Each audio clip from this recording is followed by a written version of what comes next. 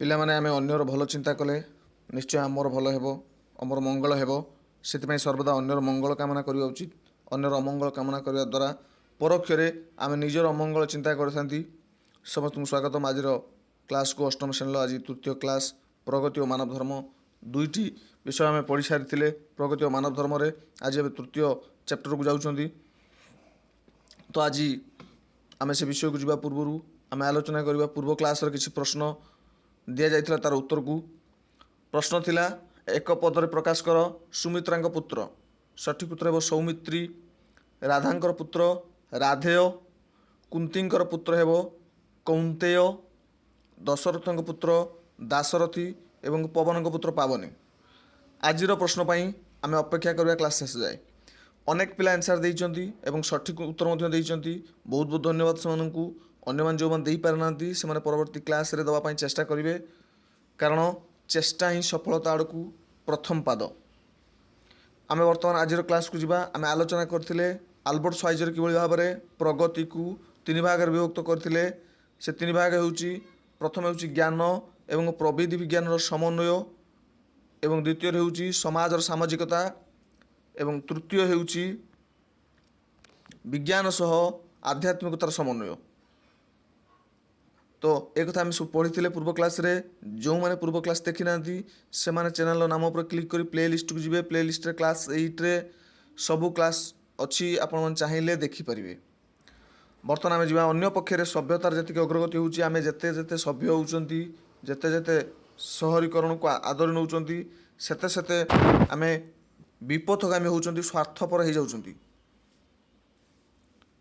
ଆମର ପୁରାତନ ସମାଜରେ ବ୍ୟକ୍ତି ଜୀବନ ଅପେକ୍ଷା ସାମାଜିକ ବା ଗୋଷ୍ଠୀ ଜୀବନ ପ୍ରତି ଅଧିକ ଗୁରୁତ୍ୱ ଦିଆଯାଉଥିଲା।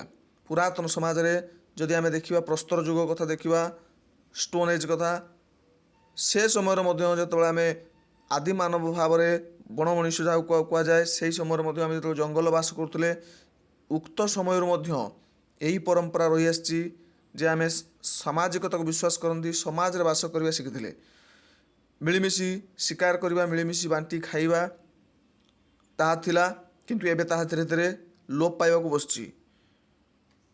ଏବେ ମଧ୍ୟ ତାର କେତେକ ସନ୍ତକ ଆମ ସମାଜରେ ଅଛି। କିଛି କିଛି ଜାଗାରେ ଆମେ ତାର ଉଦାହରଣ ଆମେ ଦେଖିବାକୁ ପାଇପାରିବା।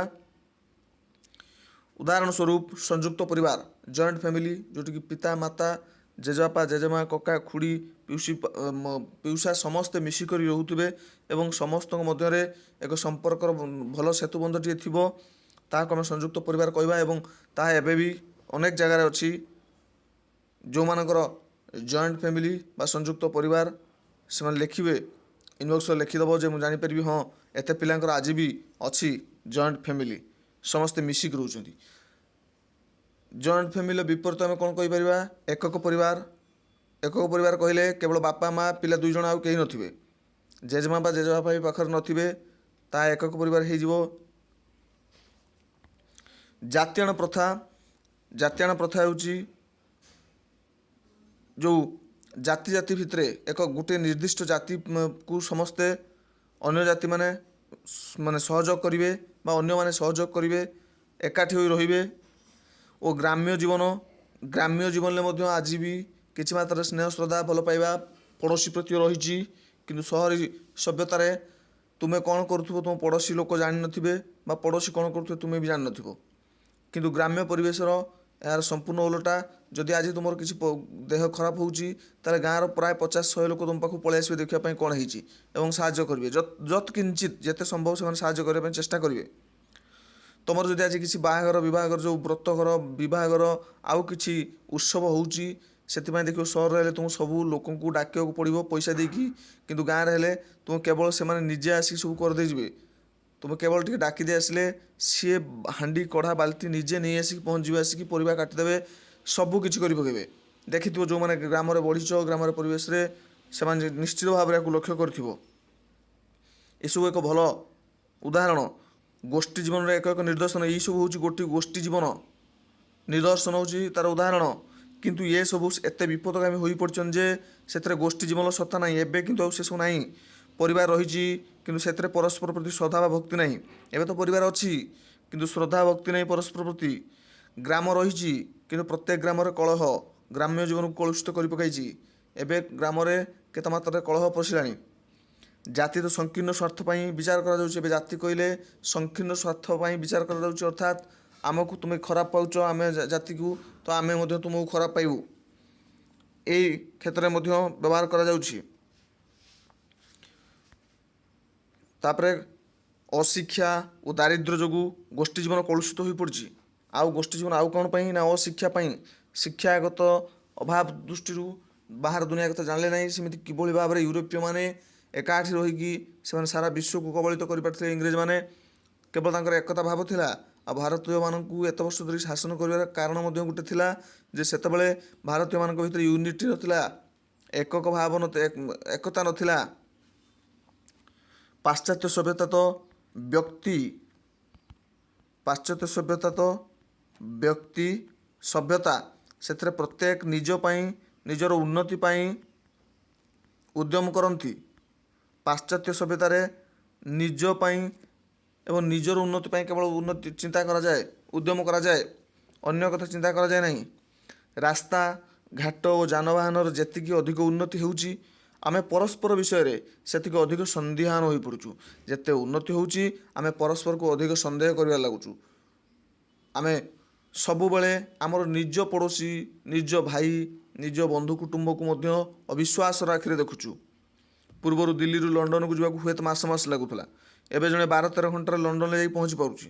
ମାତ୍ର 12 ଘଣ୍ଟାରେ ଜଣେ ଲଣ୍ଡନ ଯାଇ ପହଞ୍ଚିବ, କିନ୍ତୁ ସେଇ ଯିବାରେ ଏତେ କଟକଣା ଯେ ମାସ ଧରି ଚେଷ୍ଟା ନ କଲେ ଦିଲ୍ଲୀରୁ ଲଣ୍ଡନ ଯିବା ପାଇଁ ଅନୁମତି ମିଳୁନାହିଁ। ଅର୍ଥାତ୍ ଏବେ ଯିବା ପାଇଁ ଲାଗୁଛି କମ୍ ସମୟ, ହେଲେ ଯିବା ପାଇଁ ଯେଉଁ କଟକଣା କରାଯାଇଛି ସେ କଟକଣାକୁ ତୁମେ ଦୂରେଇବାକୁ ହେଲେ ତୁମେ ଭିସା କରିବ, ପାସପୋର୍ଟ କରିବ, ଏବଂ ଭିସା ପାଇଁ ପାସପୋର୍ଟ ପାଇଁ ତୁମେ ଯେତିକି ଅର୍ଥ ଖର୍ଚ୍ଚ କରିବ, ଲାଞ୍ଚ ଦେବାକୁ ପଡ଼ିବ, କାହାକୁ କହିବାକୁ ପଡ଼ିବ। ଯଦି ଠିକ୍ ବାଟରେ ନହେଲା ଲାଞ୍ଚ ଦେବାକୁ ପଡ଼ୁଛି। ତ ଏବଂ ଆଉ କ'ଣ ହେଉଛି ନା ତୁମେ ତାରି ପାଇଁ ଦୌଡ଼ି ମାସ ଦୌଡ଼ିବାକୁ ପଡ଼ିବ, ଅର୍ଥାତ୍ ସେଇ ଏକା ସମୟ ଲାଗିଯାଉଛି। ମୋଟ ଉପରେ ଆମର ଶିକ୍ଷା, ସଭ୍ୟତା ଓ ସଂସ୍କୃତି ଆମର ସାମାଜିକ ମନୋଭାବକୁ ବୃଦ୍ଧି ନ କରି ଆମକୁ ବ୍ୟକ୍ତି କୈନ୍ଦ୍ରିକ କରି ପକାଉଛି। ଧୀରେ ଧୀରେ କ'ଣ କହୁଛି, ଆମକୁ ବ୍ୟକ୍ତି କୈନ୍ଦ୍ରିକ କରିଦେଉଛି। ନିଜ ପାଖରେ ଆମେ ସୀମିତ ହୋଇଯାଉଛନ୍ତି। ଏହା ହିଁ ବିଂଶ ଶତାବ୍ଦୀ ସଭ୍ୟତାର ସବୁଠୁ ବଡ଼ ଦୋଷ। ବିଂଶ ଶତାବ୍ଦୀର ବା ଆଜିର ସମୟର ଏହା ହେଉଛି ଏକ ବଡ଼ ଦୋଷ। ଆଧ୍ୟାତ୍ମିକତା ବିଷୟରେ ଆମର ବେଶୀ କିଛି ଧାରଣା ନାହିଁ। ଆମେ କହିପାରିବାନି ଆଧ୍ୟାତ୍ମିକତା ଏକ ବଡ଼ ବିରାଟ ବିଷୟ। ତେବେ ଆଧ୍ୟାତ୍ମିକତାର ମୌଳିକ ବିଷୟ ହେଉଛି ଯେ ମନୁଷ୍ୟ କେବଳ ବିଷୟାସକ୍ତ ନ ହୋଇ ପ୍ରାଣ ବା ଆତ୍ମା ବିଷୟରେ କିଛି ଧ୍ୟାନ ଦେବ। କିଛି ମାତ୍ରାରେ ପ୍ରାଣ ଆଉ ବିଷୟରେ ଜାଣିବ, ଆତ୍ମା ବିଷୟରେ ଜାଣିବ। ଧର୍ମଟା ପୁରାପୁରି ବ୍ୟକ୍ତିଗତ। ମୁଁ କହିଥିଲି ପୂର୍ବରୁ ଧର୍ମଟା ବ୍ୟକ୍ତିଗତ। ଧର୍ମ ନିଜେ ଯିଏ ଚାହିଁବ ତାର ଯେକୌଣସି ଧର୍ମରେ ରହିପାରିବ, ଧର୍ମ ପରିବର୍ତ୍ତନ କରିପାରିବ। ଯେ ଆଦୌ ଧର୍ମ ନ ନେଇପାରେ ତା ଉପରେ ନିର୍ଭର କରେ। କିନ୍ତୁ ଆଧ୍ୟାତ୍ମିକତା ସମସ୍ତଙ୍କ ଭିତରେ ରହିବା ଉଚିତ। ଆଧ୍ୟାତ୍ମିକତା ଧର୍ମ କଥା କହେ ନାହିଁ। ଆଧ୍ୟାତ୍ମିକତା ହେଉଛି ଜୀବନର ସାର କଥା। ମୁଁ ଏକଥା ତୁମମାନଙ୍କୁ ପୂର୍ବରୁ କହିଥିଲି। ଆମର ତ ଧାରଣା ଯେ ଜଣେ କୌଣସି ଏକ ଧର୍ମରେ ବିଶ୍ୱାସ ନ କରି ମଧ୍ୟ ସାମାଜିକ ସହୃଦୟତା ହାସଲ କରିପାରିବ। ବରଂ ଭିନ୍ନ ଭିନ୍ନ ଦେଶରେ ଧର୍ମକୁ ନେଇ ଯେଉଁ ବାଦ ବିସମ୍ବାଦ ସୃଷ୍ଟି ହେଉଛି, ସେଥିରେ କୌଣସି ଏକ ଧର୍ମକୁ ଗ୍ରହଣ ନ କଲେ ସମାଜରେ ବେଶୀ କିଛି କ୍ଷତି ହେବ ନାହିଁ। ଏଠି ପ୍ରାବନ୍ଧିକ କହୁଛନ୍ତି, ଯଦି ଜଣେ ଯେମିତି ଧର୍ମକୁ ନେଇକି ସବୁବେଳେ ବାଦ ବିବାଦ ଦେଖା ଦେଉଛି, ପ୍ରତ୍ୟେକ ଦେଶରେ ଅନେକ ବାଦ ବିବାଦ ଦେଖା ଦେଉଛି। ଯଦି ସେଇ ତାଠୁ ଆମେ ଦୂର ରହିକି ଆମେ ଆଦୌ କୌଣସି ଧର୍ମ ବି ଗ୍ରହଣ ନ କରିବା, ତେବେ ବି କିଛି ଅସୁବିଧା ହେବ ନାହିଁ। ନିଜର ସୀମା ନିର୍ଣ୍ଣୟ କରିବା ପାଇଁ ଭଗବାନଙ୍କର ଅସ୍ତିତ୍ୱ ସ୍ୱୀକାର କରାଯାଏ, କାରଣ ଏହା ଫଳରେ ମନୁଷ୍ୟ ବେପରୁଆ ହେବା ପାଇଁ ସୁଯୋଗ ପାଏ ନାହିଁ। ଆମେ ଈଶ୍ୱର ବିଶ୍ୱାସ କାହିଁକି କରନ୍ତି ନା ନିଜ ଭିତରେ ଏକ ସୀମା ଟାଣିବାକୁ। ଏଇ କାମ କରିବାନି, ଈଶ୍ୱର ଅଛନ୍ତି ଦେଖିବେ। ଚୋରି କରିବାନି, ଈଶ୍ୱର ଦେଖୁଥିବେ। ନିଜକୁ କଣ୍ଟ୍ରୋଲ କରିବା ପାଇଁ ବା ନିଜର ଚରିତ୍ରକୁ ପରିବର୍ତ୍ତନ କରିବା ପାଇଁ ଏକ ଶୁଦ୍ଧ ରୂପ ଦେବା ପାଇଁ ଆମେ ଈଶ୍ୱରଙ୍କ ଉପରେ ବିଶ୍ୱାସ କରିଥାନ୍ତି, ଅସ୍ତିତ୍ୱକୁ ସ୍ୱୀକାର କରିଥାନ୍ତି। କାରଣ ଏହା ଫଳରେ ମନୁଷ୍ୟ ବେପରୁଆ ହେବା ପାଇଁ ସୁଯୋଗ ପାଏ ନାହିଁ। ଏହା ବ୍ୟତୀତ ନିଜର ଦୁଃଖ ଓ ଦୁର୍ବିପାକ ବେଳେ ଭଗବାନଙ୍କର ଆଶ୍ରା ମନୁଷ୍ୟକୁ ସାହସ ଓ ସାନ୍ତ୍ୱନା ଦିଏ। ବେଳେବେଳେ ଦୁଃଖ ବେଳେ, ଦୁର୍ବିପାକ ବେଳେ ଆମକୁ ଭଗବାନଙ୍କର ବିଶ୍ୱାସ ହିଁ ସାହସ ଦେଇଥାଏ। ହଁ, ଭଗବାନ ଅଛନ୍ତି ତ ସବୁ ଠିକ୍ ହେଇଯିବ। ଆମେ କିଛି ଖରାପ କର୍ମ କରିନାହାନ୍ତି ତ ତାହା ନିଶ୍ଚୟ ଠିକ୍ ହେଇଯିବ, ଆମର ଉଚିତ ହେବ। ତ ଏହା ମଧ୍ୟ ଦେଇଥାଏ, ସାହସ ଦିଏ, ସାନ୍ତ୍ୱନା ଦିଏ। କିନ୍ତୁ ଏହି ଧର୍ମ ଏବେ ମତାନ୍ଧତା ସୃଷ୍ଟି କରି ସାମାଜିକ ବିଭେଦ ସୃଷ୍ଟି କରୁଛି। ଏବେ କିନ୍ତୁ ସେଇ ଧର୍ମକୁ ନେଇକି ଲୋକମାନଙ୍କ ଭିତରେ ଝଗଡ଼ା ହେଉଛି, କଳହ ହେଉଛି, ବାଦ ବିବାଦ ହେଉଛି ତାହା ଉଚିତ ନୁହଁ। ତେଣୁ ଆମେ ଧର୍ମ କଥା ନ କହି ଆଧ୍ୟାତ୍ମିକ କଥା ଚିନ୍ତା ଉଲ୍ଲେଖ କରୁଛୁ। ଜଡ଼ବାଦରେ ଭୌତିକ ବସ୍ତୁ ଉପରେ ବେଶୀ ଗୁରୁତ୍ୱ ଦିଆଯାଏ। ଜଡ଼ବାଦ କାହାକୁ କୁହାଯାଏ? ଯେଉଁଥିରେ ଭୌତିକ ବସ୍ତୁ ଉପରେ ଅଧିକ ଗୁରୁତ୍ୱ ଦିଆଯାଏ। ଭୌତିକ ମୁଁ କହିସାରିଛି ପୂର୍ବରୁ। ଏହା ଫଳରେ ମନୁଷ୍ୟ ସ୍ୱାର୍ଥପର ହୋଇପଡ଼େ। ମନୁଷ୍ୟ ଯେତେ ଭୌତିକବାଦୀ ହେବ ଅର୍ଥାତ୍ ଦ୍ରବ୍ୟପ୍ରିୟ ହେବ, ଟିଭି, ଫ୍ରିଜ୍, ୱାସିଂ ମେସିନ୍, ଘର, ଜମି ଏସବୁ ଭୌତିକ। ତ ଏ ଭୌତିକ ଗୁରୁତ୍ୱ ଦେଲା ମାନେ କ'ଣ? ମନୁଷ୍ୟ ସ୍ୱାର୍ଥପର ହେବ, ତା ପଛରେ ପଡ଼ିବ, ରକ୍ତାକ୍ତ ହେବ, ଅନ୍ୟମାନଙ୍କୁ ହତ୍ୟା କରିବ, ଈର୍ଷା କରିବ, ହିଂସା କରିବ। କିନ୍ତୁ ଯଦି ଆମେ ଆତ୍ମାକୁ ଭଲ ପାଇବା, ଯଦି ସ୍ନେହ, ଶ୍ରଦ୍ଧା ଯେଉଁଗୁଡ଼ାକ ସବୁ ଅଭୌତିକ, ଅପାର୍ଥିବ, ସେଗୁଡ଼ା ଭଲ ପାଇବା, ତେବେ ସେଠି ଆମର ସ୍ୱାର୍ଥପରତା ସୃଷ୍ଟି ହେବ ନାହିଁ। ଆଧ୍ୟାତ୍ମିକବାଦ ଜଡ଼ବାଦର ବିଶ୍ୱାସ ଶକ୍ତିକୁ ନିୟନ୍ତ୍ରଣ କରି ମନୁଷ୍ୟର ମନକୁ ବ୍ୟାପକ କରେ। କିନ୍ତୁ ଆଧୁନିକ ସଭ୍ୟତାରେ ଜଡ଼ବାଦ ଉପରେ ଏତେ ଗୁରୁତ୍ୱ ଦିଆଯାଇଛି ଯେ ମନୁଷ୍ୟର ମନ ବ୍ୟାପକ ନ ହୋଇ ଦିନକୁ ଦିନ ସଂକୀର୍ଣ୍ଣ ହୋଇପଡ଼ୁଛି। ବର୍ତ୍ତମାନ ଆଧୁନିକ ଦୁନିଆରେ ମଣିଷ ବେଶୀ ଜଡ଼କୁ ଭଲ ପାଉଛି, ବେଶୀ ଭୌତିକକୁ ଭଲ ପାଉଛି, ନୁହେଁ କି? ମୋଟ ଉପରେ ପ୍ରଗତି ନାମରେ ଏବେ ଯେଉଁ ସବୁ ଉଦ୍ୟମ ହେଉଛି ତାହା ଭୌତିକ ଉନ୍ନତି ଦିଗରେ ସାହାଯ୍ୟ କରୁଛି। ଏବେ ଯେଉଁ ଉଦ୍ୟମ ଚେଷ୍ଟା କରାଯାଉଛି ପ୍ରଗତି ନାମରେ, ତାହା ଭୌତିକ ଉନ୍ନତି ଦିଗରେ ସାହାଯ୍ୟ କରୁଛି। ସେଥିରେ ମଧ୍ୟ ସମସ୍ତେ ସମାନ ସୁବିଧା ଓ ସୁଯୋଗ ପାଉନାହାନ୍ତି। କିନ୍ତୁ ଏହା ଫଳରେ ସାମାଜିକ ସହୃଦୟତା ବୃଦ୍ଧି ପାଉନାହିଁ।